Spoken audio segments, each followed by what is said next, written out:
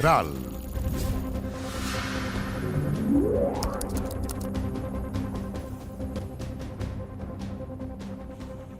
Muy buenas noches, bienvenidos, bienvenidas a las noticias y vamos a comenzar con las postales que dejó la nieve en distintos puntos de nuestro país. La verdad que las imágenes son preciosas y que fue tejiendo diferentes historias. Claro, para algunos... La mayoría linda. Sí, para algunos es una imagen que conocieron por primera vez. Piensa usted que hay niños que nunca habían visto la nieve. Sí. Por ejemplo, para otros, una historia con la que se encontraron después de mucho tiempo. Mire.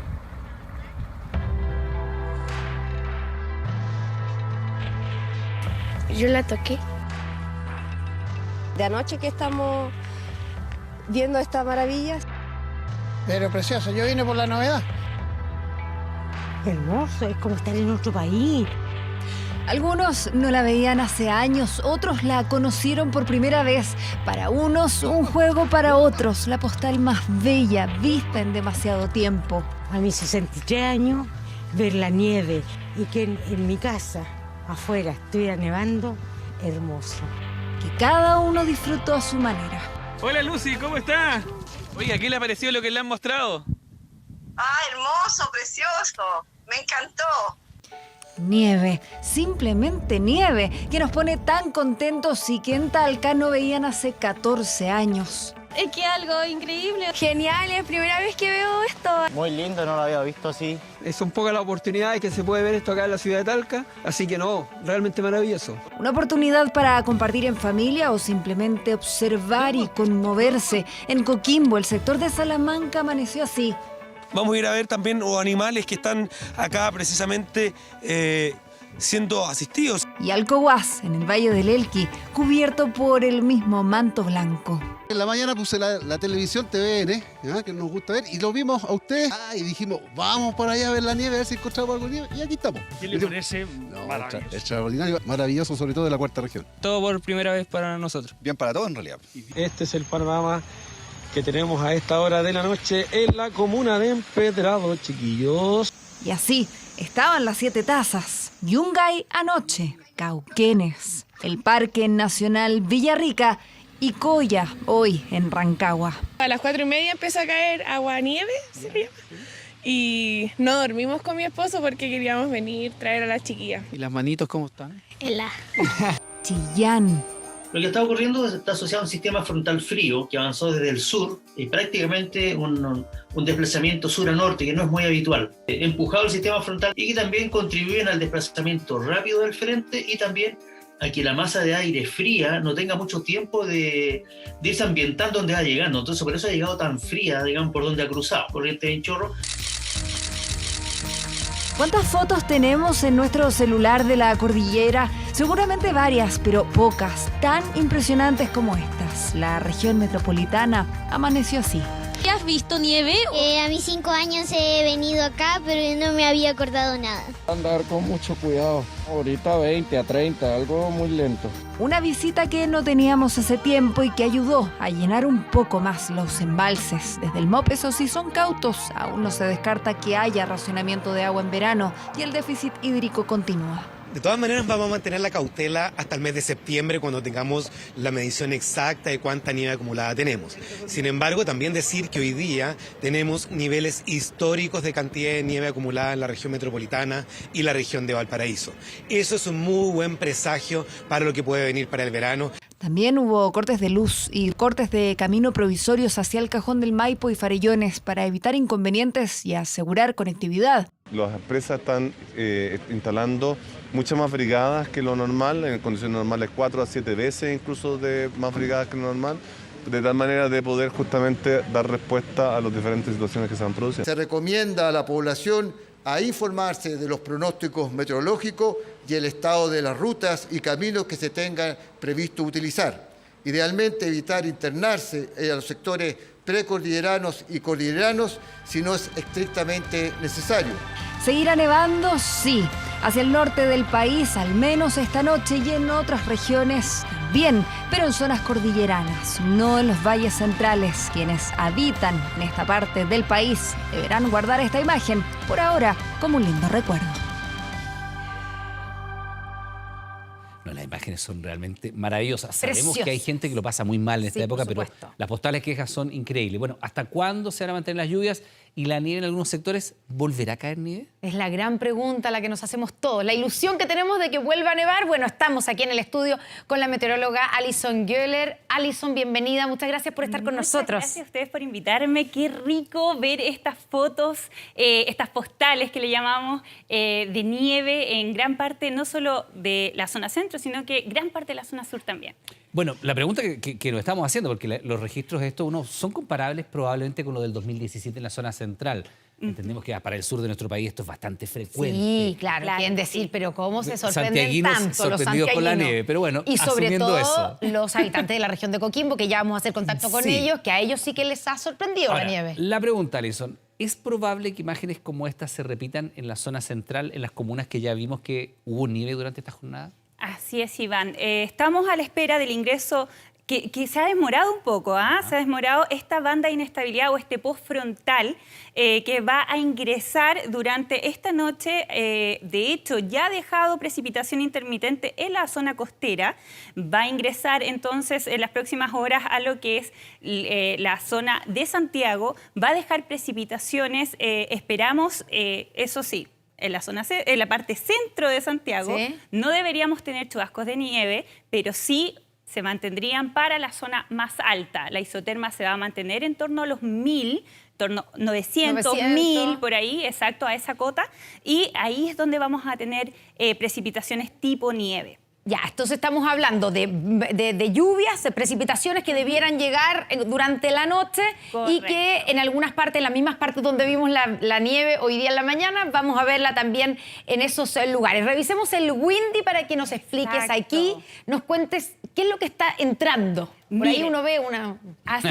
Uno ve algo. Uno ve algo. Esta línea, acá está. Esta línea es el frente. El frente ya está debilitado, ya está pasando hacia sector trasandino. ¿Ya? Pero la sorpresa que tenemos ahora es que va a ingresar esta banda postfrontal. Que no es un frente, no es otro frente. No es otro frente, es la inestabilidad que está posterior a este frente, pero la sorpresa es que no solamente va a ser una banda, van a ser dos bandas. ¿Eso qué significa en términos ¿Eso qué quiere decir? Que la precipitación nosotros la habíamos pronosticado hasta la madrugada solamente, pero no, se va a extender hasta durante toda la jornada de mañana. Y no solamente acá, sino que también en la cuarta región y va a llegar incluso hasta zonas de la tercera región. ¿Ya? Por lo tanto, toda esta inestabilidad que está a este sector va a ir subiendo y nos va a ir afectando a toda la parte centro-norte del país. Alison, queremos invitarte a revisar cuánto ha caído de agua y tú nos expliques la importancia de eso, porque venimos, como bien decíamos, y lo decíamos en la nota, 13 años de una mega sequía, no se logra recuperar del todo, pero ahí están los montos para que tú nos vayas a explicar. Así es. Mira, esta precipitación no fue tan homogénea. Estuvo distribuida de forma distinta en diferentes partes de la zona centro. Acá tenemos la quinta normal, que el registro que tenemos de hoy fue de 16,5 milímetros. ¿Ya? Sin embargo, en zonas como La Reina alcanzó 20 milímetros, Pudahuel solamente alcanzó los 10 milímetros, 10,7 milímetros. Y en el caso, por ejemplo, San Antonio, Viña del Mar, ¿cierto? Más en la costa llovió bastante más. En la costa estuvo más intensa las precipitaciones, también fueron intermitentes.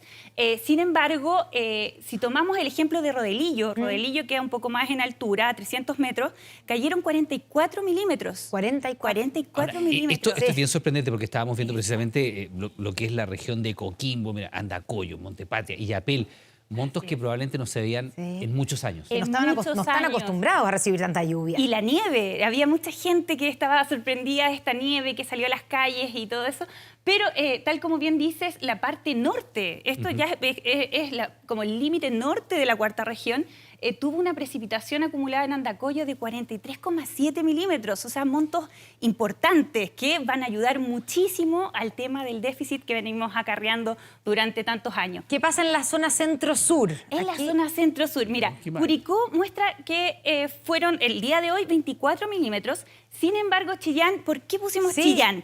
Si se dan cuenta, solamente muy poco. Hay 4,2 milímetros. ¿Por qué? Porque las estaciones de nuestro país, lamentablemente, no tienen sensores de nieve para medir nieve. Por lo tanto, lo que vemos acá es una medida de precipitación líquida. Y ayer estaba nevando en Ñuble, pues. Exactamente. Claro, entonces, hoy día en la mañana también. Hoy en la mañana también. Ahora, exactamente. Claro, entonces, esto es solamente de precipitación líquida, ¿ya? Claro. Pero no podemos cuantificar, lamentablemente, cuánto es lo que cayó realmente, pero obviamente yo sé que la gente sale, disfruta y aprovecha de poner una regla ahí en el suelo para tener una aproximación. Alison, para mañana es lo que hay que decir, para mañana los próximos días, después ustedes ya nos han enseñado, después de los frentes, después del sistema frontal, viene el frío. El frío. El frío. Muy bien, Iván. Exactamente, mira, para mañana viernes se van a mantener las precipitaciones, van a ser intermitentes, más débiles de lo que se ha registrado durante el día de hoy.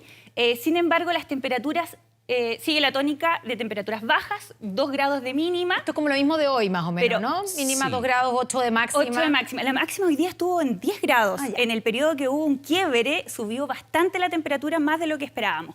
Sin embargo, para mañana, 8 grados de máxima, se mantiene, va a estar cubierto y con chubascos, como le decía, gran parte de la jornada. El día sábado ahí vamos sí que se a viene tener... el frío. Exacto, vamos a tener una especie de receso donde vamos a tener nubosidad, pero a ratos vamos a tener quiebre en la nubosidad y las temperaturas van a estar muy bajitas producto de esta masa de aire frío que viene atrás de este sistema frontal y que nos va a dejar temperaturas en torno a los 2. Y ojo, que esto es en el centro de Santiago, por lo tanto, en las zonas altas va a ser mucho más baja la temperatura. Podríamos alcanzar fácilmente -3, incluso -4 en las zonas de San José de Maipo, en la precordillera. Cordillera, por ejemplo, mientras que el día domingo vamos a tener... ¿Vuelta a la lluvia? Vuelta a la lluvia. Estamos en un verdadero invierno. Un julio como corresponde. Exacto, en un julio como corresponde. Un julio como los de antes. De los de antes, exacto. El día domingo vamos a tener precipitaciones solo en la noche. Este es un sistema frontal que va a afectar principalmente la zona de... Bueno, va a estar como al límite nuestro de Santiago y va a afectar la región de O'Higgins, la región del Maule y también parte de la región de Ñuble.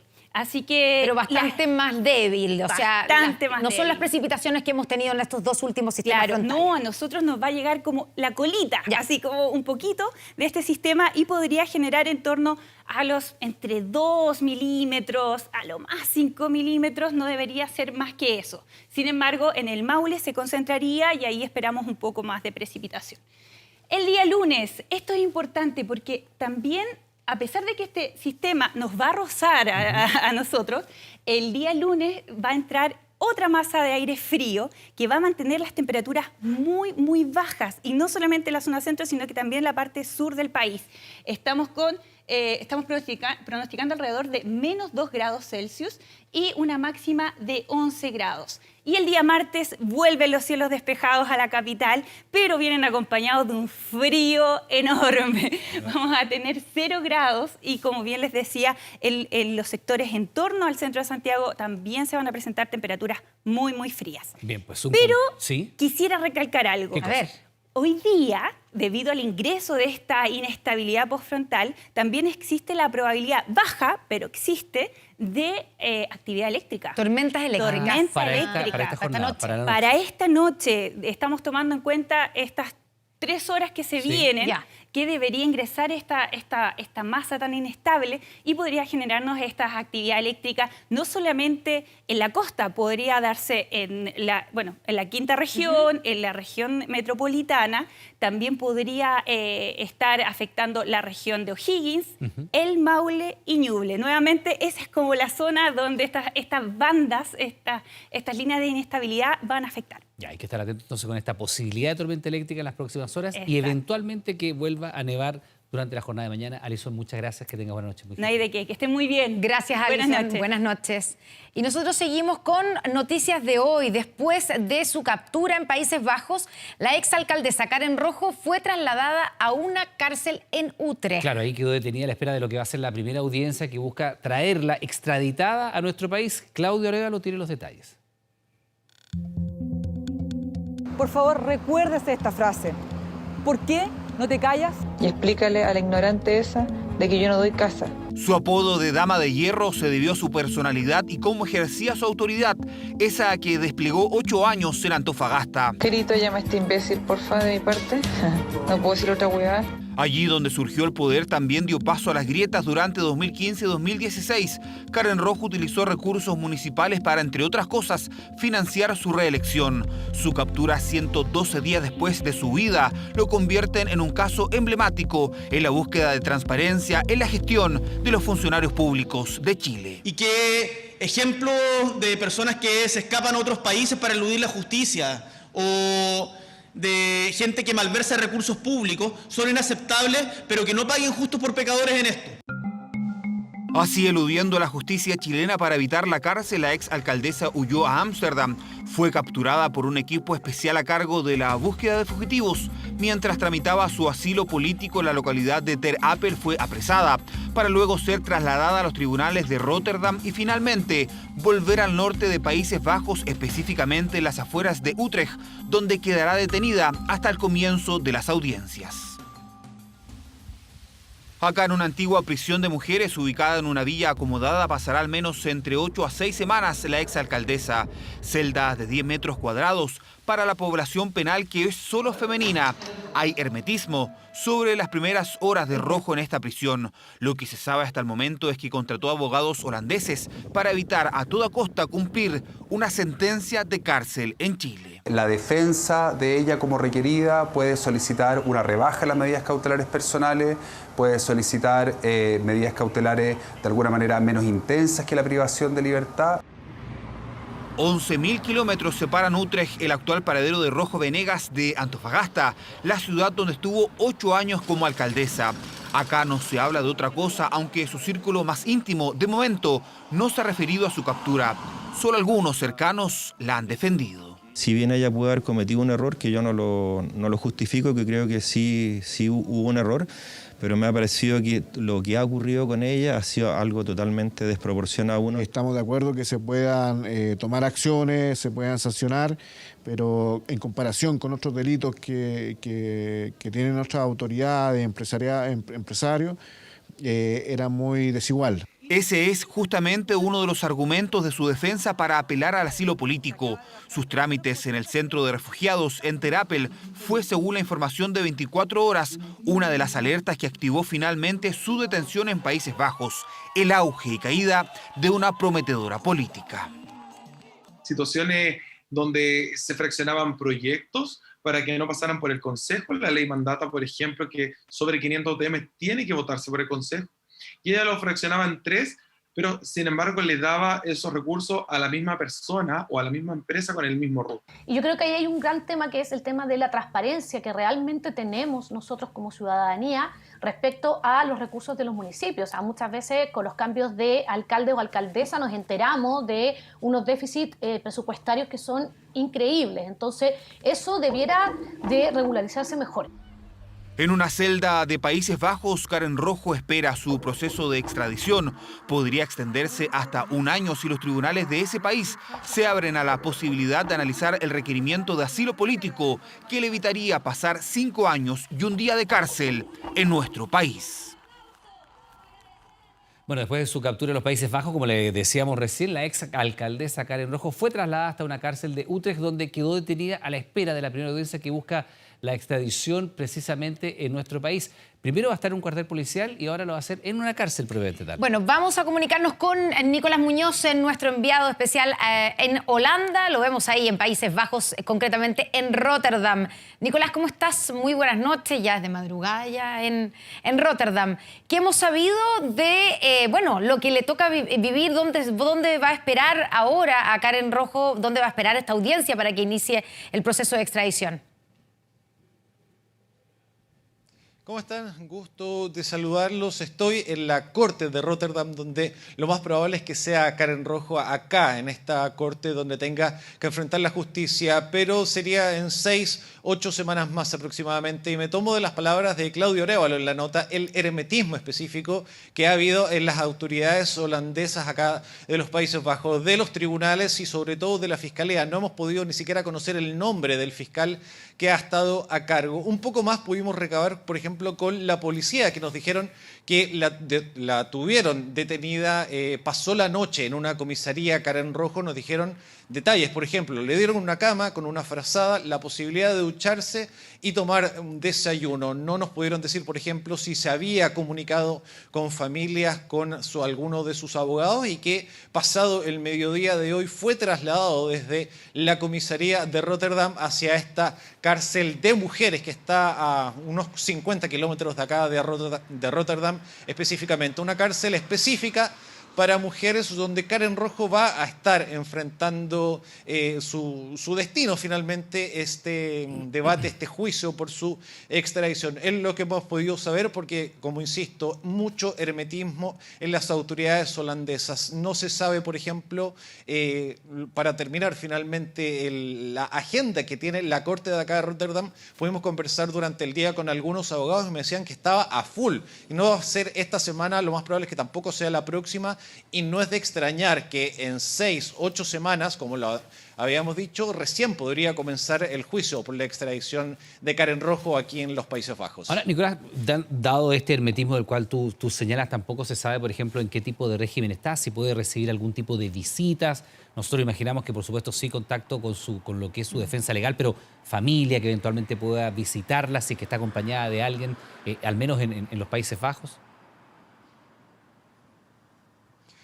Lo que pude averiguar cuando estuve ahora en la cárcel de mujeres ahí a las afueras de Utrecht es que por lo menos a la hora que yo había llegado, la hora de visitas había terminado. Es lo que me pudieron decir cuando pude tocar el citófono. Finalmente es bien hermético este recinto, está muy alejado de todas maneras de Utrecht. No se sabe, y de lo que hemos sabido en todo este tiempo es que Karen Rojo está sola, que no vino acompañada por su familia, por su pareja, por familiares. Se había hablado que tenía familiares acá, pero bueno, la verdad no se sabe nada, pero ha sido total hermetismo por parte, obviamente, de la defensa de Karen Rojo y también las autoridades holandesas, que se remiten a decir que no se sabe, y lo más probable, eso sí, un dato bien relevante hacia el cierre, es que lo más probable es que las primeras audiencias sean a puertas cerradas. Nicolás Muñoz, desde Países Bajos, allá en Rotterdam, siguiendo los pasos de Karen Rojo y el proceso que se inicia, el proceso de extradición. Estamos en contacto, Nicolás, muy buenas noches. Buenas noches, estamos en contacto. Y acá de regreso a nuestro país, bueno, con el objetivo de controlar o al menos intentar hacer el control de la inflación, el Banco Central elevó esta semana la tasa de interés. Una decisión que trae efectos negativos, pero también positivos para algunos sectores. ¿Cuáles son? Los detalles en la siguiente nota. El Consejo del Banco Central de Chile acordó incrementar la tasa de interés hasta 9,75%. Una decisión que genera efectos en nuestra economía. El primero es el encarecimiento de los créditos, sobre todo los de corto plazo, como los de consumo o comerciales. No es el momento de endeudarse. Lamentablemente, igual las necesidades de la gente son muchas. Hay que pensar y no gastar plata innecesaria. Hay que tirar harta línea, harto lápiz y finalmente ver si vale la pena endeudarse. Mayores dificultades para acceder a financiamiento, que tiene como principal objetivo controlar la inflación. Esto apunta no a perjudicar a las familias, sino que básicamente a restringir el nivel de consumo para que la inflación disminuya, porque la inflación está reduciendo la capacidad de compra de los ingresos también de esas mismas familias. Pero esta medida del Banco Central no solo trae efectos negativos. Hoy día los bancos están ofreciendo tasas atractivas para todos aquellos que quieran ahorrar. Entonces, la buena noticia es que si hay dinero disponible ahorrado en casa, es mejor ponerlo en un banco, puesto que va a rentabilizar bastante bien en función de las tasas actuales que estamos viviendo. Las altas tasas que hoy manejan las instituciones financieras están otorgando mayores ganancias, lo que es una buena alternativa para quienes puedan ahorrar o ya tengan ahorrado. Que caiga algo, que algo llegue y sobre todo que llegue a la gente de clase media. Yo tengo una cuenta de ahorro en UF, tendría que tener una buena ganancia. Tenemos personas que hoy día mantienen cuentas de ahorro, mantienen depósitos en los bancos. La buena noticia es que con el alza de ayer, esos recursos que hoy día están depositados en las instituciones financieras van a rentabilizar aún más. Y eso sin duda apoya positivamente al presupuesto familiar. Otro de los sectores que podría haberse beneficiado es el previsional, primero con las ofertas para aquellas personas que están por jubilarse En el caso de los retiros programados, la tasa se modificará desde octubre y podría verse favorecida, mientras que para las rentas vitalicias el beneficio podría ser inmediato. No sabemos cuánto y quiénes van a ofrecer una mejor pensión respecto de otras, pero es probable que en el corto plazo estas ofertas mejoren más aún y puedan ser las más altas de lo que ha ocurrido durante este año. Un buen momento para el sector, al que también podrían sumarse mayores rentabilidades para los fondos de pensiones, en el caso de los más conservadores por el alza de tasas y los más riesgosos por el actual presente del dólar. Hoy día los más riesgosos tienen una parte importante en el extranjero y parte importante de esas inversiones están en dólares. En las últimas 2 semanas en que el dólar ha subido mucho, le ha pegado muy a favor a los fondos más riesgosos. Billete verde que trae consigo pro y contras tras un rally alcista que por ahora no tiene tope. Pese al anuncio del Banco Central, el tipo de cambio cerró sus operaciones en el valor más alto de su historia. La decisión del Banco Central de ayer debería haber producido un efecto distinto en el dólar de hoy. Debería el dólar haber bajado un poco. Sin embargo, los factores internacionales más que contrapesaron probablemente esta decisión del Banco Central, que se diluyó y no tuvo el efecto esperado. Una economía volátil que al menos trae buenas noticias para quienes están por jubilar o tienen capacidad de ahorro. Una voz inconfundible de la radio y de la televisión chilena se apagó este jueves.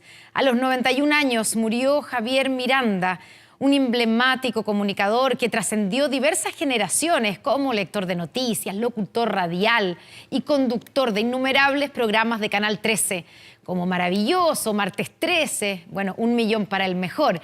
Entre todos estos programas pudimos conocer desde su faceta más seria hasta la más humorística, que acompañó a miles de chilenos por más de 3 décadas.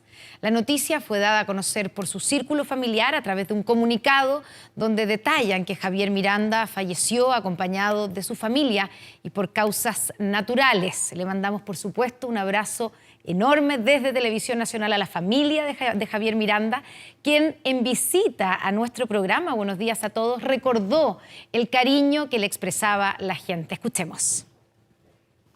La gente te recuerda con un cariño. Yo me cambié de barrio ahora, no como Gonzalo Reyes. Me cambié de barrio y me fui ahora a Ñuñoa, que estoy feliz, ¿ya? En el barrio Ñuñoa. Y la gente es cariñosísima. Te saluda mucho y lo que más te dicen, maravilloso. Sí. Bueno, por supuesto nos sumamos a las condolencias, le mandamos un enorme abrazo a su familia, Javier Miranda, un ser humano y un profesional entrañable. Cambiamos de tema. Fíjese en estas imágenes porque se trata de una banda que se especializaba en robar bencineras. Bueno, los números, dicen, son realmente sorprendentes. La Fiscalía de Occidente estableció que al menos asaltaron, escuche, 32 servicentros cercanos a la Ruta 68 y entre estos 3 delincuentes acumulen ellos 71 ilícitos. La operación Black Yaris logró capturarlos después de seguirlos por 1 año y medio. Fíjese bien en el Toyota Yaris negro. Se posiciona para cargar combustible y de pronto, asalto tras asalto, esta banda desde el 2018 atemorizó a las bencineras de la Ruta 68, cercanas a Pudahuel. La Fiscalía llamó a la operación Black Yaris por el color y modelo de uno de los autos. Tras 1 año y medio de investigación, establecieron que al menos 32 veces habían asaltado distintas bencineras y los sujetos, preste atención, entre los 3 sumaban un total de 71 delitos. Se estaban cometiendo delitos robo con intimidación a las bombas de benzina o a los servicentros de combustible que quedan en la Ruta 68. Se trataban de 3 sujetos adultos jóvenes que utilizaban armas aparentemente fuego, también en algunas ocasiones ocupaban cuchillos. No solo el auto le llamó la atención al fiscal, también la forma de operar. Con total tranquilidad intimidaban a los empleados de los servicentros, nunca a los clientes, y con mucha violencia les arrebataban lo recaudado. La gran mayoría se estaban concentrados principalmente en lo que corresponde a los servicentros Copec, Shell y Petrobras, que se encuentran en la Ruta 68 y Américo Vespucio, todos de la comuna de Pudahuel. pero también algunos en Santiago, en Renca. Esta banda robaba autos para luego saltar bencineras, un rubro donde los asaltos se han disparado, eso según la empresa de servicios legales Fiscalía Privada, que ha sistematizado el número de robos. Para este año nosotros estamos proyectando sobre el 100% aumento en la cifra de delitos que afectan a las estaciones de servicio. Robos de plata, con mucha violencia hoy día, robo de especies, cigarros. En el caso de esta banda fueron capturados, llevados a juicio y declarados culpables. La Fiscalía pide la pena mayor. Hemos solicitado prisión perpetua respecto a cada uno de ellos, atendido al número de los delitos por lo cual ha sido acusado. El fiscal cree que sin la valentía de quienes trabajan en las bencineras, encarcelar a Fabián Silva con 27 delitos, Brian Aravena con 18 ilícitos y Oliver Medel García con 13 asaltos habría sido imposible. Muchas de las víctimas, por cierto, al trabajador, y muchas de estas personas quedaron muy afectadas psicológicamente, muchos de ellos dejaron de trabajar. La operación Black Yaris fue un éxito y en los primeros días de agosto se sabrá si estos 3 delincuentes con 71 delitos a cuestas son o no sentenciados a cadena perpetua. Llamados que van desde mantener la prudencia hasta no dispararse en los pies, formularon exconvencionales del apruebo a otros constituyentes tras algunas polémicas declaraciones. Claro, a su juicio las controversias solo están beneficiando al rechazo de cara al plebiscito del 4 de septiembre. Creo que son afirmaciones equivocadas. Te ha faltado precisión. Calificativos generados por las polémicas frases de las últimas horas de quienes fueron sus pares y que al igual que ellos promueven el apruebo, reflexiones en foros y entrevistas que aseguran solo dañan la opción de cara al plebiscito del próximo 4 de septiembre. No nos podemos disparar a los pies y ser nosotros los que ayudemos a la desinformación. Polémicas participaciones como la de la expresidenta de la convención, Elisa Loncón, quien provocó cuestionamientos cuando abordó la temática de vivienda digna establecida en la propuesta de nueva constitución. ¿Dónde el Estado va a sacar las tierras para construir las casas a los sin casa vía expropiación?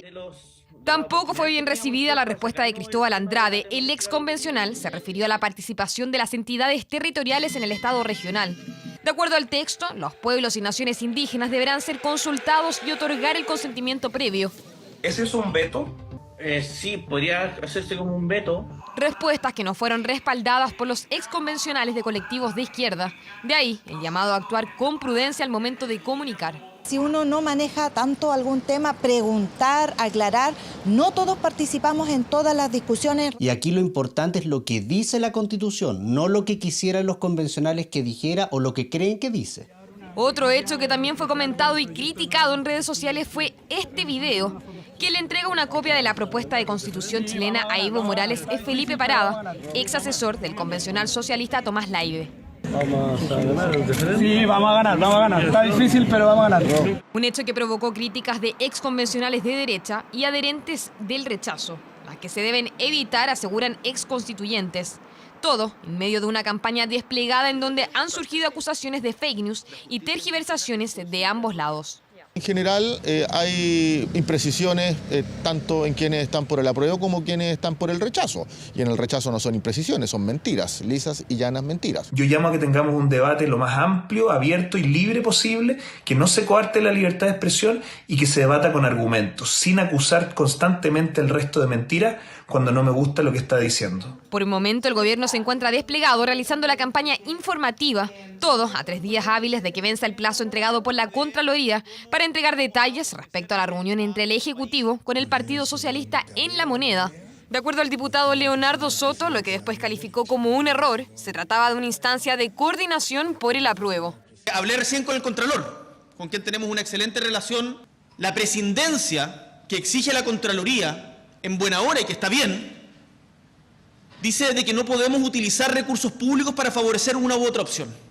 Y eso hay que cumplirlo a rajatabla y está bien que se fiscalice. Pero cada uno tiene derecho a expresar su opinión política también. 51 días quedan para el plebiscito de salida. Los exconvencionales seguirán desplegados en sus territorios, algunos por el rechazo, otros por el apruebo. Opción que busca posicionarse, por lo que surgió el llamado de exconvencionales para evitar los denominados errores no forzados.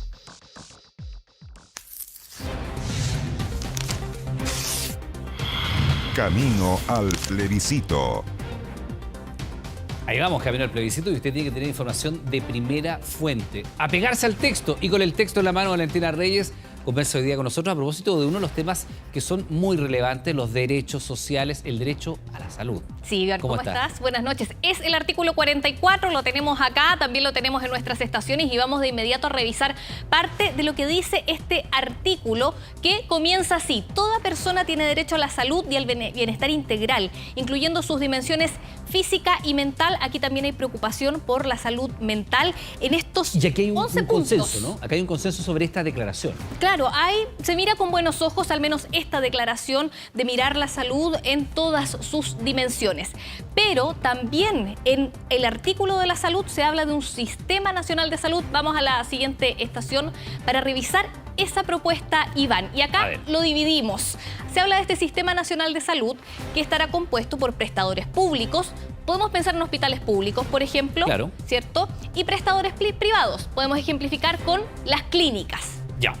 Es que este es uno de los artículos que se ha prestado para mucha discusión y mucha interpretación. Exacto. No es que desaparezcan los prestadores privados de salud.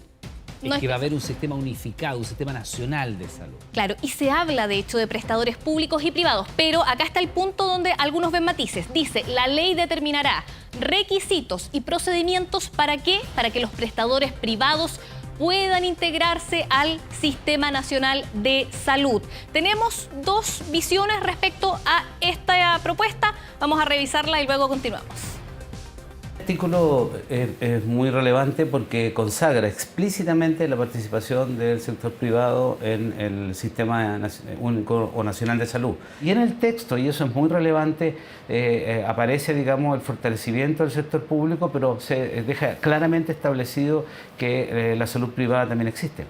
Dice que el sistema podrá, el verbo podrá estar integrado por prestadores públicos y privados. Por lo tanto, eso va a estar regulado por ley. Ahora, no conocemos la participación de si van a poder participar o no y cómo van a participar. Eso es muy grave porque pone en riesgo la existencia de los prestadores privados. Ahí la ex subsecretaria de Salud, la doctora Paula Daza, siente que puede haber un riesgo para los prestadores privados, pero desde el Colegio Médico miran con buenos ojos este artículo porque dicen sí van a poder seguir existiendo. Vamos a revisar más, Iván, del Sistema Nacional de Salud. Tenemos acá una siguiente gráfica. ¿Cómo se va a financiar este sistema de salud? También ahí hay una pregunta. ¿Qué dice la propuesta? Por rentas generales de la nación. Esto quiere decir impuestos, ¿ya? Avancemos a la siguiente estación porque hay más. Se señala que además la ley va a determinar cotizaciones obligatorias a empleadores, trabajadores para un aporte solidario a este sistema. Y además, la ley, como lo apuntamos ahí con una flecha azul, también va a determinar el órgano público encargado de la administración. Por ejemplo, una especie de FONASA, o se le tiene que dar nombre. Un ente público, probablemente autónomo. Exacto. Esto es lo que dice la propuesta. O sea, pero esto es interpretable, porque probablemente, ¿no? Es que una ley, acá se mandata a una ley, el Congreso, el gobierno va a tener que redactar, el Congreso legislar esta ley que regule el Sistema Nacional de Salud con estos componentes. También tenemos dos miradas respecto a la propuesta de cómo se financiaría este sistema. Vamos a escuchar.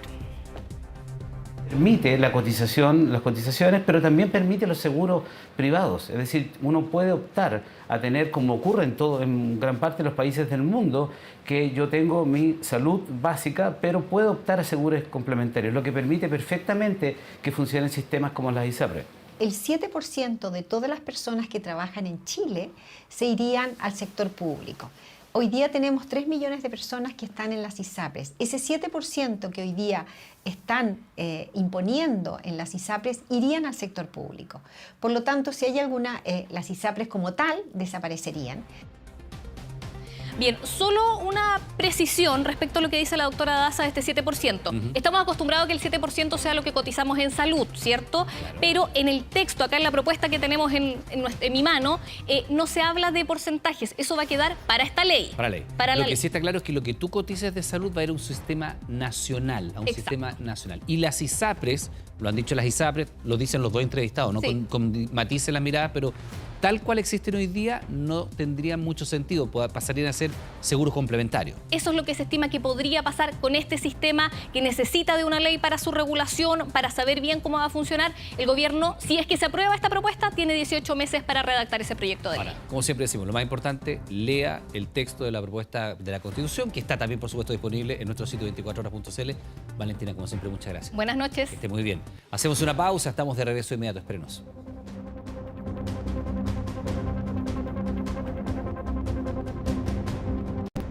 Ya volvemos con 24 horas Central.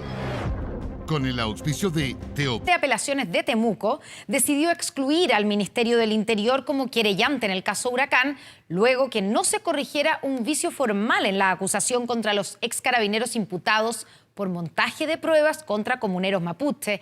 El presidente Boric calificó el error como inaceptable. Tales fueron los coletazos tras el escándalo instalado de la desarticulada unidad de inteligencia de Carabineros, que junto al ex general Gonzalo Blu cayó toda la cúpula, incluido Alex Smith, por haberle inoculado falsos mensajes de WhatsApp a los teléfonos de los dirigentes mapuches del sur de Chile. Causa que lleva varios años a la espera de un juicio oral. De ahí que en la última audiencia de preparación, la jueza le ordenó al Ministerio del Interior modificar la acusación, pero donde se solicita a partir de la petición de las defensas, y lo reitero nuevamente, en el sentido que se suprima el delito invocado relativo a obstrucción a la investigación, esta parte no se halla en aquello, anticipa que aún se encuentra vigente el plazo para eventualmente deducir recursos contra aquella resolución. Y no habiéndose dado cumplimiento entonces a lo ordenado, no queda más para esta juez que efectivamente dar aplicación a lo dispuesto en el artículo 270. Quedaba de esa forma automáticamente fuera de la causa el Ministerio del Interior, allanando el camino a los carabineros imputados. De ahí que se solicitó a la Corte una decisión que acogió lo reclamado por los imputados de estos delitos y excluyó al gobierno como querellante en el denominado caso Huracán. Efectivamente, hay una falla técnica tanto en no querer corregir los vicios formales que se le habían ordenado corregir. Esperamos que se revierta esta situación. Creemos que no puede ser que la institucionalidad hoy día decida que esta persecución no es importante. Si es así, entonces nos encontramos nuevamente ante otro caso de impunidad y posiblemente ante la posibilidad de que sigan sucediendo hechos tan graves. Solamente digo que la decisión que se tomó en su momento se hace en base a elementos jurídicos y que no fue un error, fue una decisión jurídica. Que al día de hoy no es efectivo que el Ministerio del Interior no sea parte, que existen recursos. Pero el abogado Luis Martínez ya antes había hecho noticia cuando fue despedido tras haber faltado a una audiencia contra los imputados por el crimen del sargento Benavides, por la que no compareció oportunamente, según dijo, tras haberse quedado dormido, argumentando motivos de salud.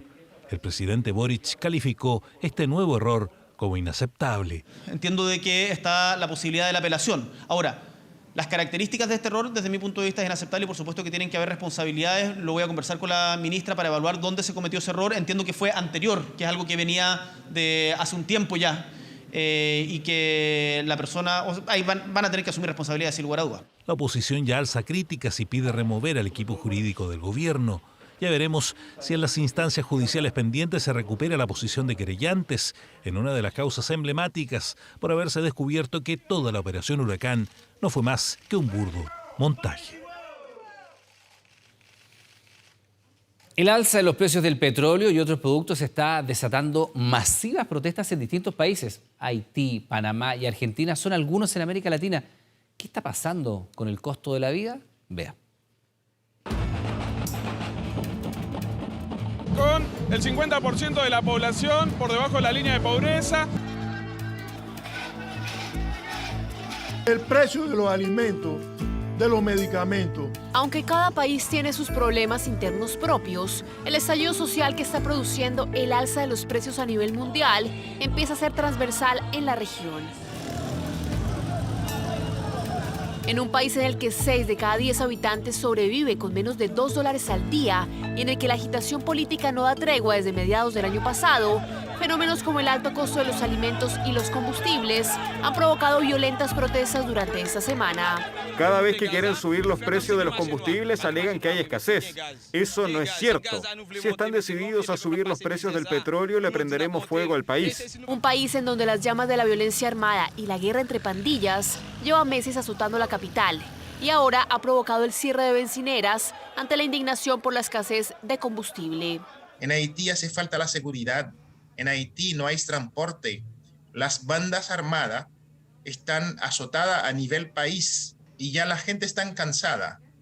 No hay que comer. Los enfrentamientos por el control del combustible y del territorio de las bandas criminales han dejado casi 90 muertos durante esta semana en Haití, en donde los grupos violentos han bloqueado la entrada de ayuda humanitaria a los barrios marginales, en los que la población permanece sin poder salir de sus casas en medio de secuestros y balaceras.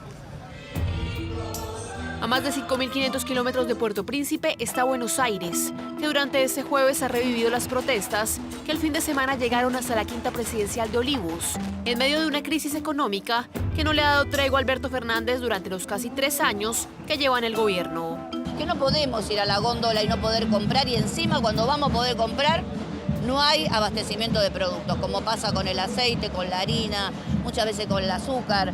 Entonces es complicado. Este video, que se ha hecho viral en redes sociales, muestra el impacto que ha tenido la inflación, que se proyecta alcance un 70% a finales de este año en uno de los productos más básicos y en las costumbres argentinas, el asado, reducido dramáticamente en los últimos 4 años. Argentina ha visto una depreciación de su moneda mucho más fuerte que nosotros.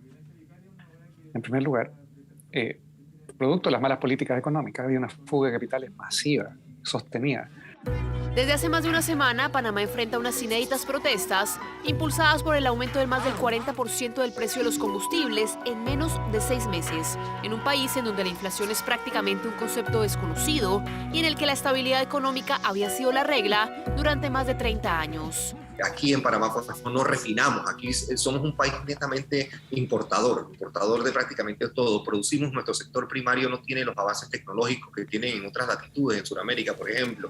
Durante los últimos días, las demandas por el aumento de los precios de los productos básicos se han ido extendiendo a otros rubros, como las pensiones, la salud y la educación, en movilizaciones que desafían el crecimiento de uno de los países con mayor estabilidad económica de Centroamérica.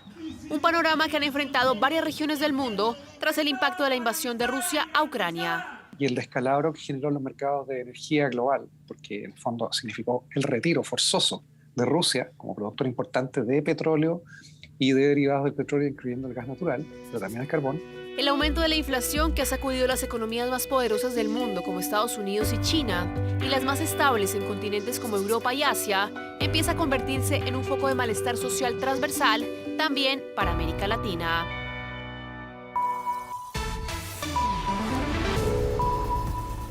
Ahora. Bueno, este jueves el precio del dólar cerró en 1.051 pesos, su valor más alto de la historia, lo que llevó a que el Banco Central confirmara hace pocos minutos una intervención en el tipo de cambio. Bueno, vamos a detallarlo. Días atrás, el ente emisor había realizado una intervención verbal, advirtiendo que, de ser necesario, tomaría otras medidas. Hoy, a través de un comunicado, informó que implementará un programa de intervención cambiaria y provisión preventiva de liquidez en dólares por un total de 25.000 millones de dólares desde el próximo lunes 18 de julio hasta el 30 de septiembre. Con esta iniciativa se espera que el tipo de cambio pueda tener una baja de precio en nuestro país. El propio Banco Central aseguró que es una medida excepcional que va de la mano con su política monetaria, que tiene como objetivo llevar la inflación a un 3% en un horizonte de 2 años. La última intervención del Banco Central fue en 2019 por 20.000 millones de dólares en ese momento. Está liquidando ahora prácticamente la mitad de las reservas en divisas. Exacto. Para ver si efectivamente logra que baje un poco el precio del dólar. Esto acaba de conocerse y usted ya lo sabe a través de las pantallas de TV. Vamos a ver cuáles son los efectos mañana cuando abra el mercado y empiece a ver si empieza a bajar el precio del dólar. Bueno, esto es inaudito. Un hombre fue a pedir disculpas, tal cual, por un homicidio en el cual tuvo una participación indirecta, pero fue asesinado. Un doble crimen con solo días de diferencia en una villa de Padre Hurtado. Desde las comunas rurales de la región metropolitana denuncian que los homicidios van en aumento sostenido. Era el peor momento para llegar a casa, a pesar que recién era la 1 de la tarde, dos vecinas, una de ellas con un bebé en brazos, en ese momento comenzaron a sentir disparos. Tomaron distancia, solo querían refugio, pero ante el nerviosismo les costó encontrar las llaves para abrir la puerta. Inmediatamente desde un pasaje salió este hombre suplicando auxilio. Para todos los vecinos preocupa, peligro para todos los vecinos. Mucho peligro y estamos todos realmente asustados con todo lo que ha pasado. La gente por miedo. Yo creo que es difícil que hable. El hombre fue atacado a disparos, incluso lo dejaron semidesnudo, murió en el lugar. Se trata de un nuevo asesinato en el barrio. ¿A dónde pasó? ¿Qué pasó? Dos, a la vecina la balearon allá donde está el cono. Ahí cayó muerta ella y ayer cayó el vecino de aquí. Terrible, porque estos vecinos siempre pelean allá con acá. Ahora no sé en qué irá a quedar al final. El homicidio ocurrió en Villa Los Jazmines de la comuna de Padre Hurtado, a solo metros de una plaza con juegos infantiles. Es un sector semi-rural. Este lugar corresponde al cuadrante 275, dependiente de la 56 Comisaría de Peñaflor. El año pasado hasta el 10 de julio no sabían de homicidios, sin embargo este año ya van 3, y sin considerar el reciente cuarto asesinato. Según la versión de vecinos, se estarían efectuando disparos injustificados en la vía pública. Al llegar, el personal de Carabineros constató la presencia de un cuerpo sin vida de un hombre mayor de edad, quien mantenía en su cabeza una lesión atribuible a impacto balístico. El fallecido tendría relación indirecta con otro crimen ocurrido en el mismo sector. De hecho, volvió al barrio según la investigación para pedir disculpas y aclarar que no participó en ese homicidio. Sin embargo, fracasó en su intento de tranquilizar los ánimos. De acuerdo a los antecedentes, todo se trataría de un conflicto por drogas. Los códigos que se establecen a nivel de la narcocultura, cuando son violados, justamente la respuesta del grupo es no perdonar. Cuando hay una persona que sabe esto, va a tratar de hacer todo lo posible, o bien por escapar, por huir, por no ser descubierto, o necesariamente tratar de congraciarse, tratar de pedir justamente clemencia a esa organización.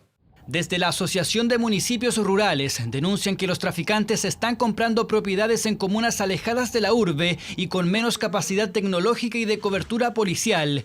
De esa forma comienzan a levantar sucursales en espacios poco acostumbrados a enfrentamientos o hechos de violencia.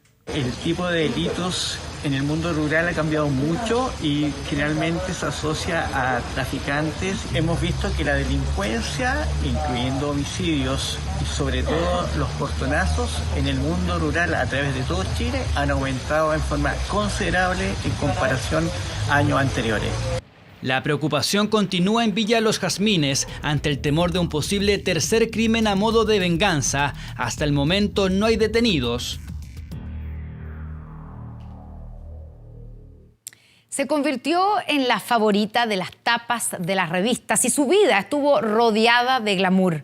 Se trata de Ivana Trump, la modelo y empresaria que fue esposa del expresidente de Estados Unidos, quien murió este jueves a sus 73 años. ¿Cómo llegó a ser una de las mujeres más importantes de Nueva York? Mire. Ex deportista olímpica, modelo, destacada mujer de negocios, reina de las revistas de farándula y la primera esposa del expresidente estadounidense Donald Trump. Así fue la vida de la checa Ivana Trump, todo un símbolo de la sociedad neoyorquina, sociedad que hoy se encuentra de luto. Al igual que la familia Trump, quienes informaron del fallecimiento de Ivana a sus 73 años. Nuestra madre era una mujer increíble, una fuerza a los negocios, una atleta de clase mundial, una belleza radiante. Ivana tuvo sin duda una vida intensa, ocupó cargos de la organización Trump, lanzó negocios de joyería y ropa, escribió varios libros, tuvo su propio programa de televisión y apareció en la versión británica de Celebrity Big Brother. Pero sin duda sus años de mayor exposición pública tienen relación con el matrimonio con el ahora expresidente Donald Trump, padre de sus 3 hijos, Donald Jr., Ivanka y Eric, y quien también reaccionó a su muerte. Era una mujer maravillosa, hermosa y asombrosa, que llevó una vida grandiosa e inspiradora. Su orgullo y alegría eran sus 3 hijos. Ivana y Donald se casaron en 1977, convirtiéndose en una de las parejas más mediáticas de Estados Unidos en la década de los 80. ¿Qué es lo que me atrajo de Donald? Respondiendo a tu pregunta, su energía. Una relación que se mantuvo hasta 1992, año en el que el matrimonio se quebró.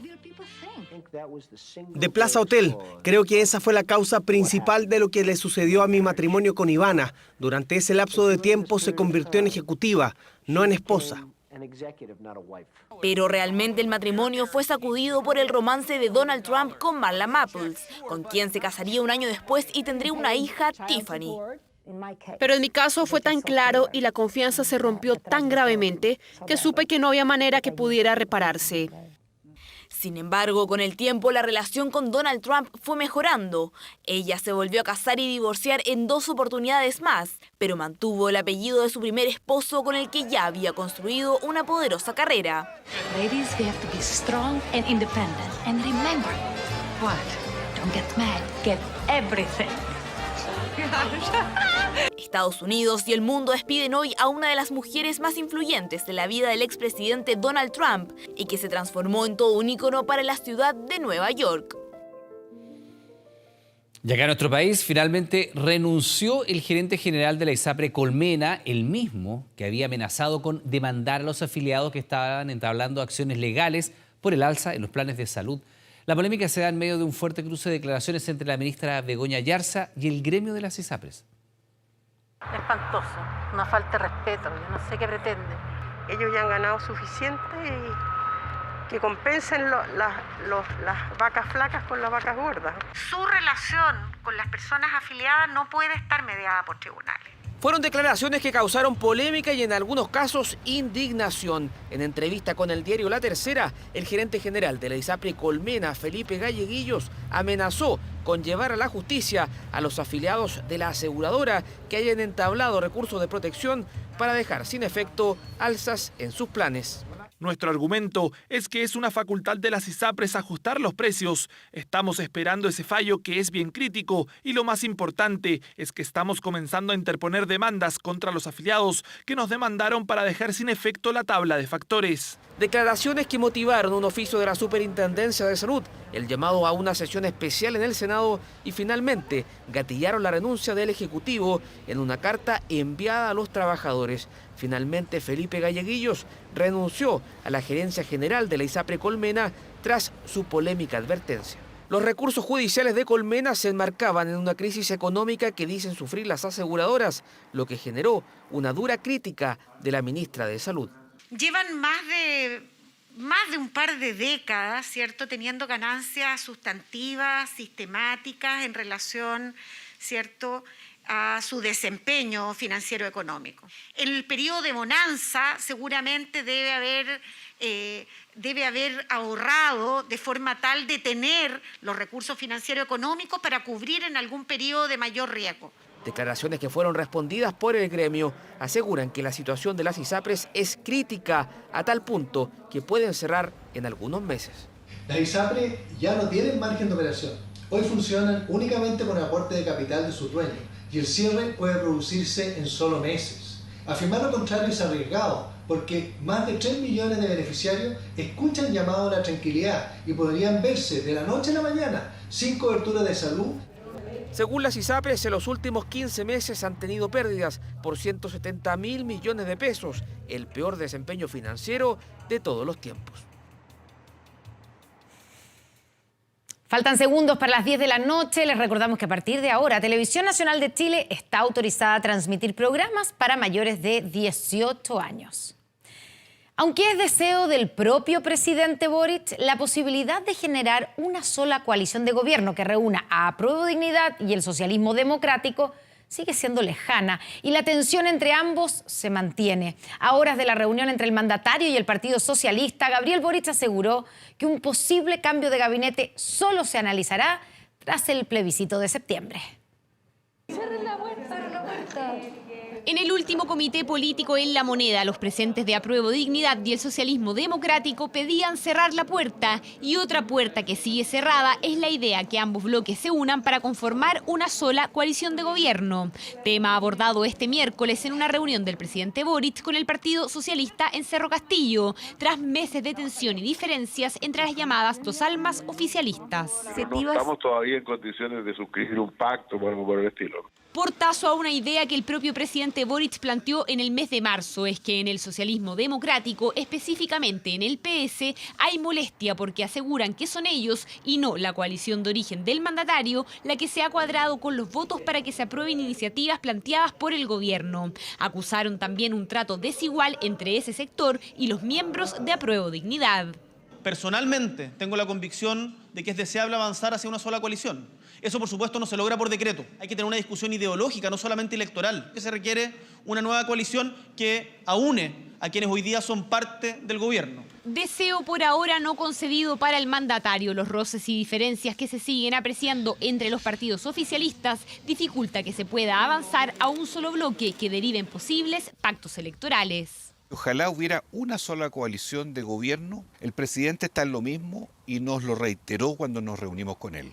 Sin embargo, de pronto, nuestros socios de Apruebo de Dignidad no se oye padre. Pero si el comportamiento es poco amistoso, el título de una sola coalición no sirve demasiado. El daño que se le hace a la población y al país con esta desinteligencia o estos gustitos personales es muy grande. Con el plebiscito a la vuelta de la esquina, la mayoría concuerda que no es momento de debatir una posible fusión. Plantean que hay una necesidad de avanzar en el trabajo legislativo y de coordinación entre todos los partidos oficialistas. Esta es una discusión que estamos abiertos a dar, que le corresponde a la militancia y a los partidos de nuestra coalición, y que daremos en el momento propicio. Hoy todos nuestros esfuerzos están enfocados en el plebiscito. Todos los partidos que apoyan al gobierno voten en favor de las iniciativas que se presenten en el Congreso Nacional.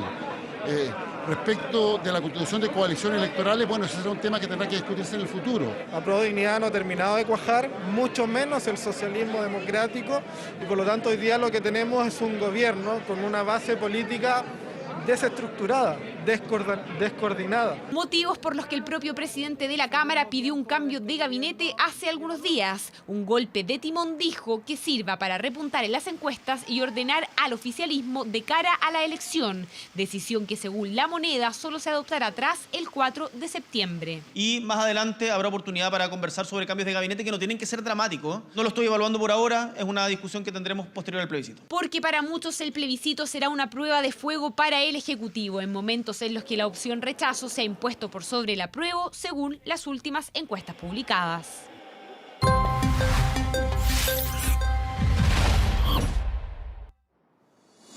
Hace unos días nos asombramos con las primeras imágenes del telescopio espacial James Webb, pero ahora viene otro paso, el análisis de los datos recopilados, y hay varios sorprendentes. Pascal Fuentes nos va a contar todo lo que se sabe. ¿Cómo estás? Bien, buenas noches. Gracias, Connie. Buenas noches a todos.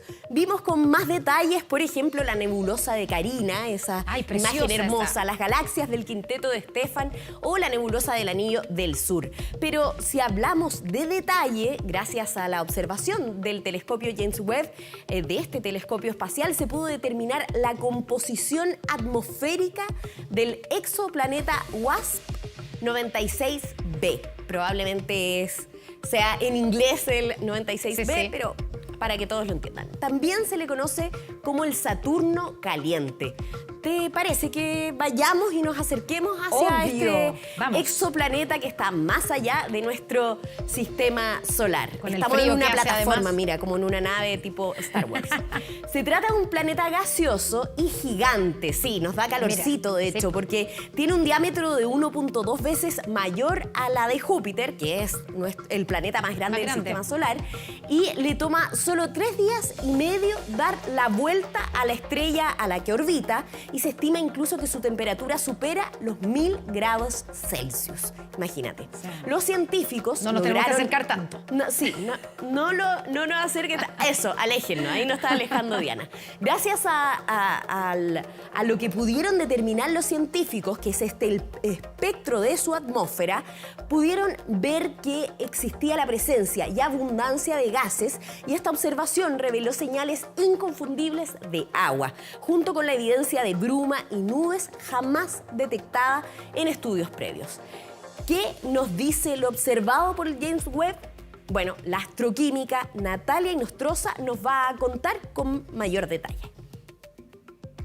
Nosotros en el espectro analizamos frecuencia o longitud de onda de los elementos y eso no cambia independiente de donde tú lo estés observando. Son líneas y nosotros podemos entender que esas líneas, qué información nos dan y a qué composición corresponde. Por ejemplo, mostraban, en el caso del exoplaneta, ¿verdad?, que se analizó el agua, o sea, la señal, ¿cierto?, que tenía el espectro del agua, pero no es lo único que se espera que esté en esa atmósfera. Los modelos están diciendo que tenemos que encontrar los pics del agua, que tenemos que encontrar el monóxido de carbono, que también tenemos muchísimo en nuestra atmósfera terrestre. Esperamos encontrar compuestos con nitrógeno, ácidos cianhídricos, que están muy conectados con procesos más bien biológicos.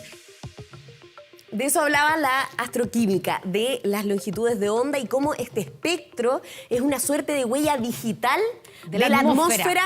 En este caso de este exoplaneta, pero la idea, de hecho, la astroquímica analiza la composición del universo y además busca entender cómo son los procesos de formación planetaria y poder conectarlo con cómo se origina la vida en un planeta como la Tierra, por ejemplo. Nada menos. Nada menos. Bueno, antes de explayarme en el próximo tema, Connie, me gustaría que participaran todos en su casa, tú también, por supuesto, en poder adivinar ¿de quién es la risa que vamos a escuchar ahora? Ay, les di una pista, pero...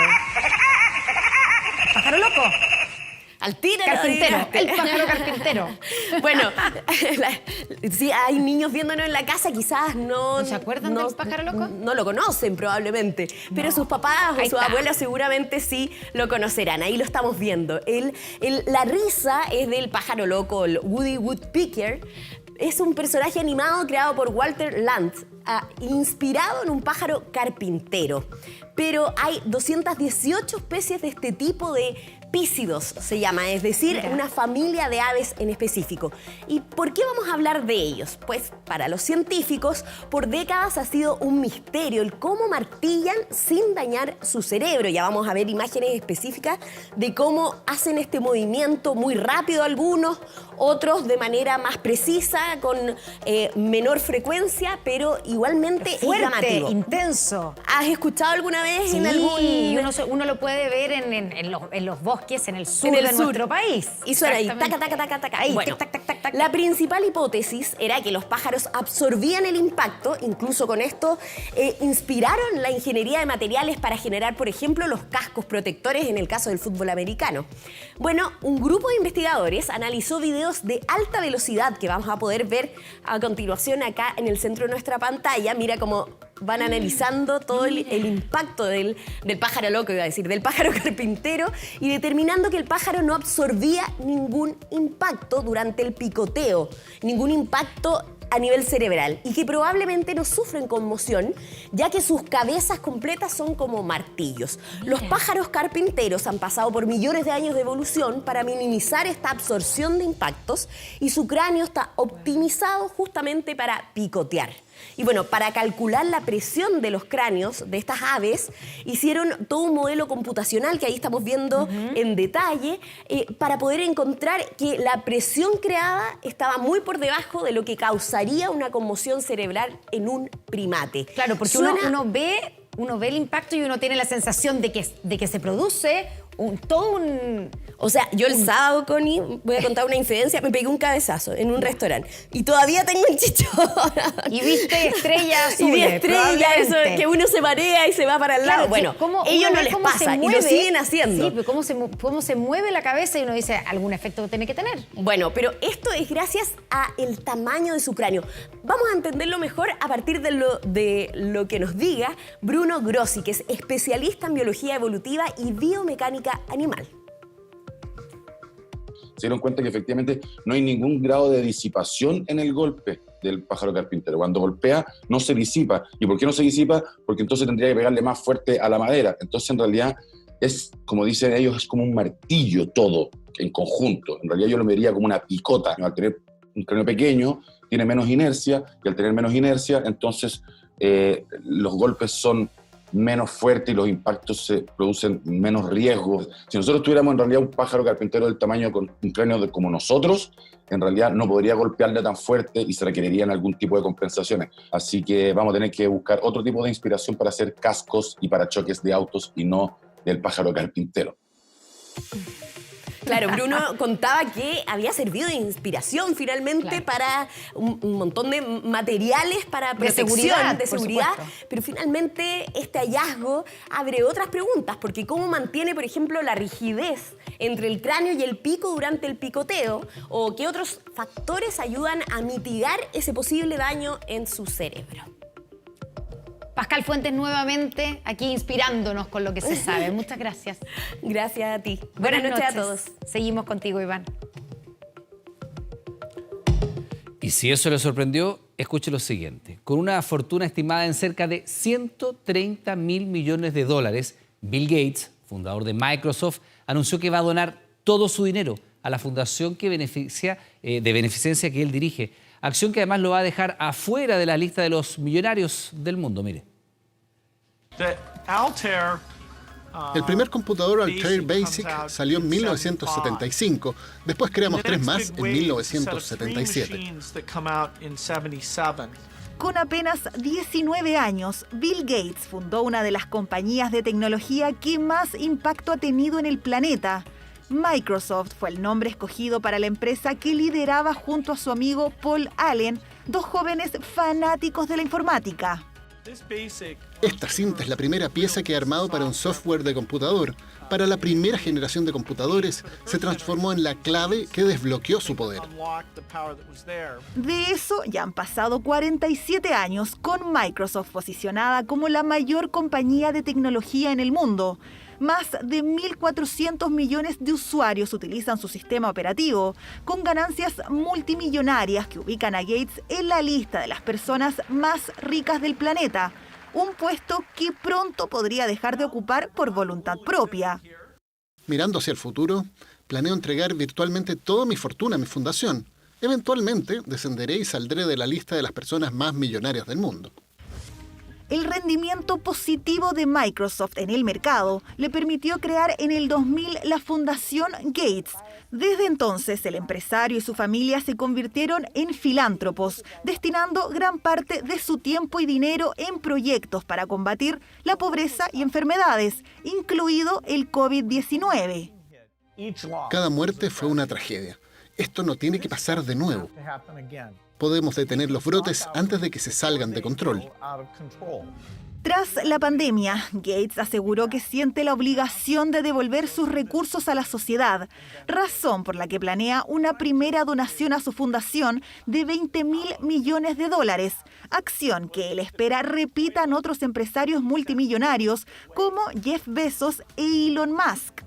Para Gates todavía hay temas pendientes que atender. Uno de los más urgentes es el acelerado deterioro del planeta debido a la emergencia climática.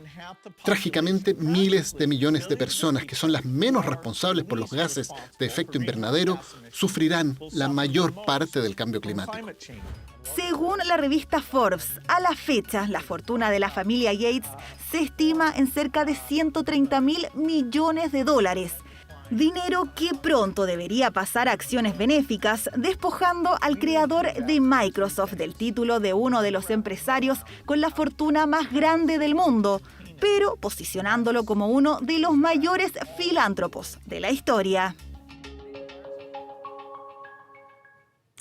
Sigues dando vueltas y Blues a dos mujeres son los dos grandes éxitos de la banda La Rue Morgue. Hoy, a los 53 años, murió su vocalista, Francisco Valenzuela, tras sufrir un infarto cerebral. Mañana serán sus funerales.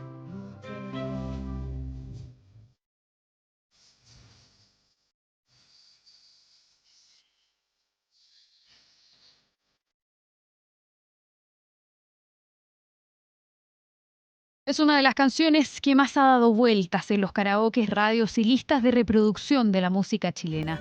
Si quedó con las ganas, ahora sí una de las estrofas más coreadas.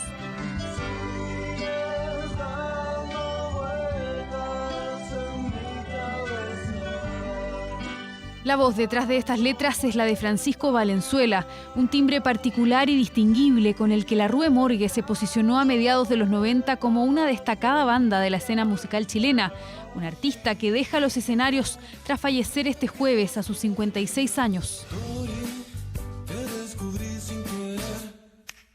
Dos de sus grandes amigos, Javier Chamas y Javier Rodríguez, bajista y baterista de la Rue Morgue, conversaron con 24 horas tras enterarse de esta triste despedida.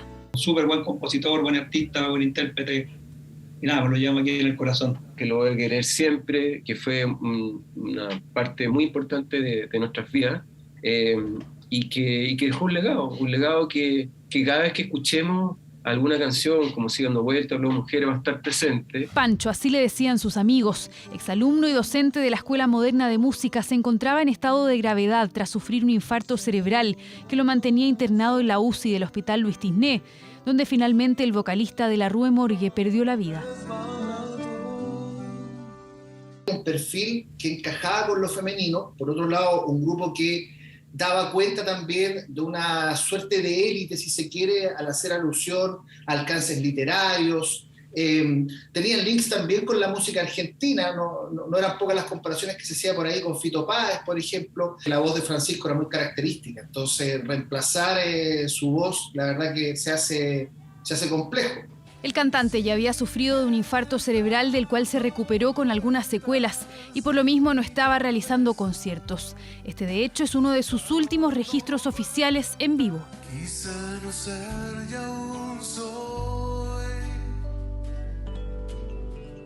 Quise volar con mis sueños, pero tu silueta lo desbarató.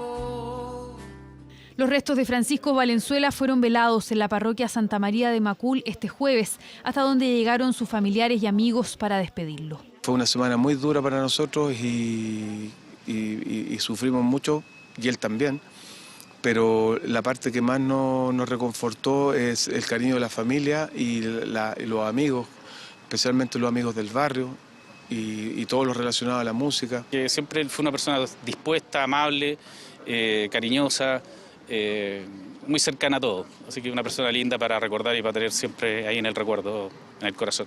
Para este viernes a las 3 de la tarde están programados sus funerales en el cementerio Parque del Recuerdo de Huechuraba, la despedida de una voz que probablemente seguirá dando vueltas con su arte en la cultura de la música chilena.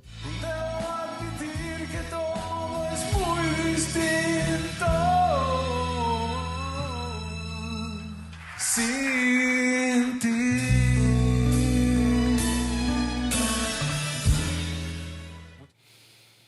Oiga, qué día. La televisión y la radio de luto con la partida de Javier Miranda, la música con la partida de Francisco Valenzuela. Por supuesto, le mandamos nuestras condolencias a su familia. Y el cine, porque también el séptimo arte chileno está de luto. Este jueves, a los 89 años, murió el destacado productor y cineasta Abdullah Unnívar. A lo mejor las generaciones más jóvenes no lo van a recordar, pero él fue uno de los grandes promotores del cine en nuestro país, uno de los grandes productores. Junto a su hermano Isa, por ejemplo, recorrieron el mundo filmando más de 120 documentales sobre aventuras. Con solo 18 años llegó a Chile, donde publicó Las 1001 aventuras de Abdullah. Fue productor del film Más allá de Pipilco, entre otras emblemáticas cintas de los 90, como por ejemplo La niña de la palomera o Johnny 100 pesos de Gustavo Gref Marino. Fortaleció el cine local al crear la Fundación Chilena de las Imágenes en Movimiento. Bueno, sin lugar a dudas, su legado es invaluable para el cine chileno. Le mandamos un abrazo a su familia.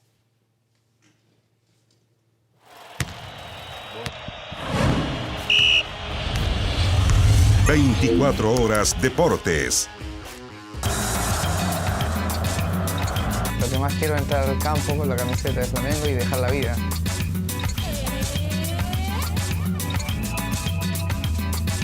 ¿Qué categoría? 35 años de edad y sigue ahí en lo más alto en la elite del fútbol mundial. Arturo Erasmo Vidal, con 35 años de edad, llegando a uno de los equipos más populares del orbe, ¿sí? Es el más popular de Brasil, el Flamengo. Ya con la confirmación de esta llegada, se espera solamente cuándo será su estreno, su debut, ¿no? Con esta instancia que tiene el Flamengo en Copa Libertadores, donde no ha tenido una buena temporada en la primera división del fútbol brasileño, el Brasileirao, donde está en el 8º puesto. ¿Qué número, sí, va a ocupar en su camiseta Arturo Vidal? Lo vemos en detalle en la siguiente nota. El Rey esperaba este momento. Arturo Vidal pisó el pasto del Maracaná como futbolista de Flamengo, saludó a los torcedores. Fue directo a tocar el pasto de este templo del fútbol mundial. El Rey saludó a compañeros. Incluso a Gabigol, en ese momento casi se vino abajo el estadio. Vidal disfrutó de su momento, un amor a primera vista, un sueño hecho realidad, como dijo el mismo Arturo.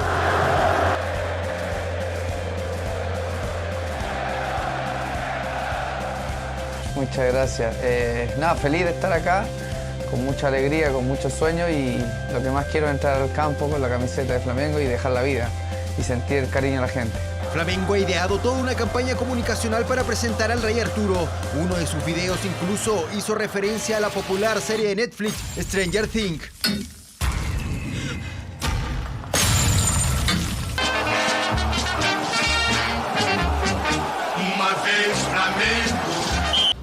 Faça un moicano. A Vidal lo hicieron jugar con su moicano. Claro, que lo hicieron vestirse con los colores del Mengao, y ahora sí quedó claro con qué número jugará. El Rey disfrutó como un niño en el palco del Maracaná, mientras Flamengo en sus redes sociales hacía oficial la noticia. Bienvenido al sueño rubro-negro, King Arturo. Estamos juntos. El Rey llega a un verdadero Dream Team, un equipo pensado y reforzado para ganar la Copa Libertadores. El nuevo técnico de Vidal, Dorival Júnior, habló del volante chileno. Flamengo anunció a llegada de Arturo Vidal. Es necesario que llegue, se prepare, que sea muy feliz acá adentro. No tengo dudas que él va a aportar mucho a nuestro equipo.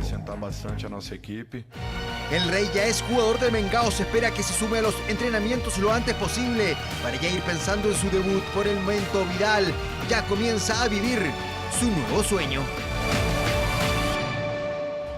Ahí está, ojalá que le vaya bien, que tenga éxito. Seguirá sumando títulos, es el chileno con más trofeos que ha obtenido en su carrera, 22. Sí, con su exitosa carrera, Arturo Vidal. Vamos al fútbol chileno. Este fin de semana, programación de la tercera fecha de la segunda rueda. Con una novedad, el hombre en pantalla. Ahí está Francisco Gilabert, el árbitro de la polémica, ¿se acuerda? Ese partido por la liguilla entre Huachipato y Deportes Copiapó, con esa filtración de audios por WhatsApp con un amigo, ¿no? Árbitro también, y que le costó la salida después al juez, ¿no? Al jefe de los árbitros, Javier Castrilli. Vuelve a dirigir en el fútbol chileno Francisco Gilabert.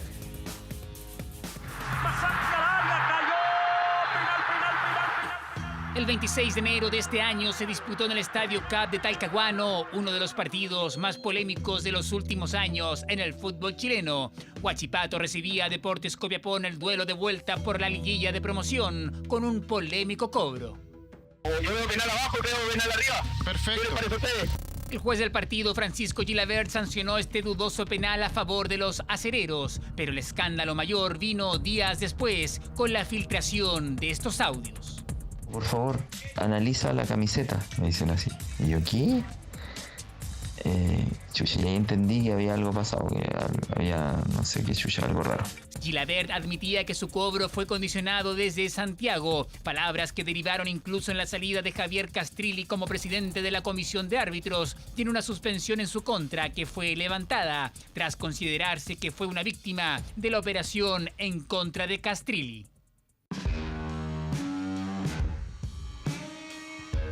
Este sábado a las 20:45 en el Estadio Sausalito, Francisco Gilabert volverá a impartir justicia. Everton recibirá a Unión Española por el torneo nacional y ahí estará el árbitro que hasta solo hace algunas semanas protagonizó el escándalo. Después de casi 3 meses sin pisar un terreno de juego, Gilabert volverá a arbitrar, el juez de la decisión más controversial del último tiempo. el hombre de los bullados audios. Con esa sensación de cobrar una hueá que no era. El mismo que provocó la salida del juez de hierro del arbitraje chileno. El daño que me han hecho es irreparable. Volverá a estar bajo lupa. Todos los ojos estarán puestos en sus cobros, en sus decisiones apoyadas por el VAR. Quién sabe si vuelve a protagonizar un nuevo y escandaloso capítulo en el fútbol chileno. Ya volvemos con 24 horas Central. Con el auspicio de Ango, especialistas... Regreso a 24 horas Deportes y ¿se acuerdan del caso de Byron Castillo, el futbolista de la selección ecuatoriana, donde Chile hizo una denuncia ante la FIFA porque el futbolista era colombiano, en fin? Perú jugó el repechaje frente a Australia y perdió. Quedó fuera de la Copa del Mundo, pero los incaicos no logran asimilar esa eliminación. Bueno, nosotros tampoco. Y se van a sumar a la apelación de Chile en la FIFA. Miren.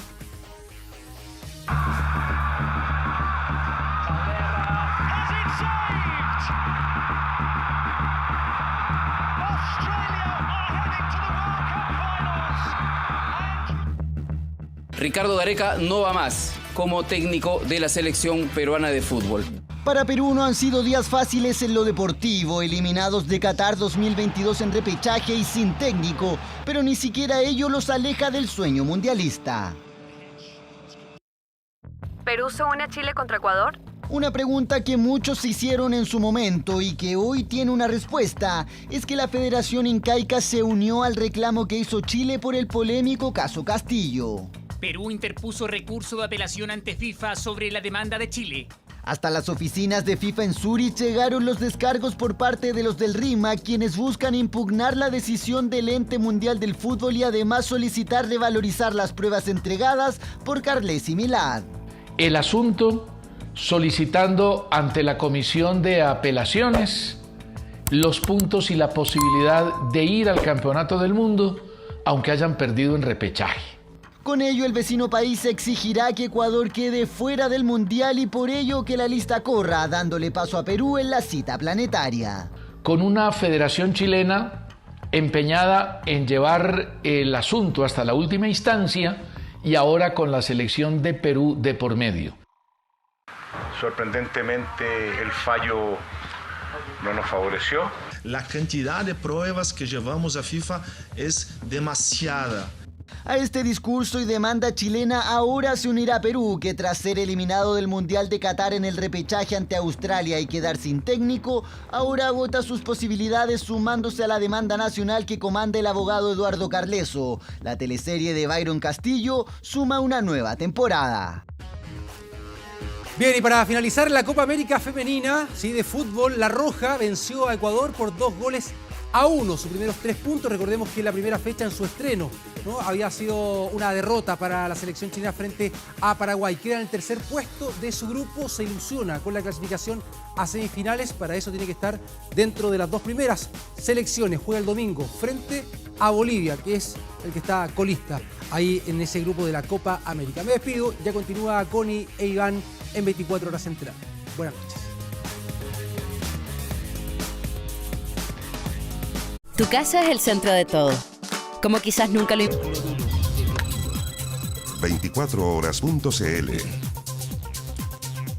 Televisión Nacional de Chile y Team Chile firmaron una alianza estratégica que permitirá el trabajo conjunto y a largo plazo entre ambas instituciones y tendrá a TVN como auspiciador oficial en televisión abierta del deporte chileno.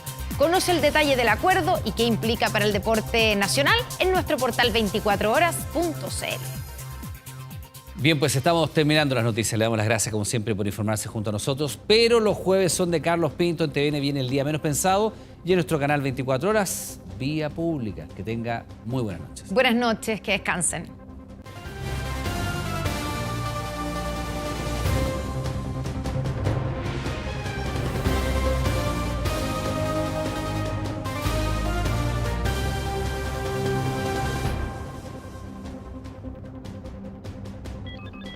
There are moments in life when one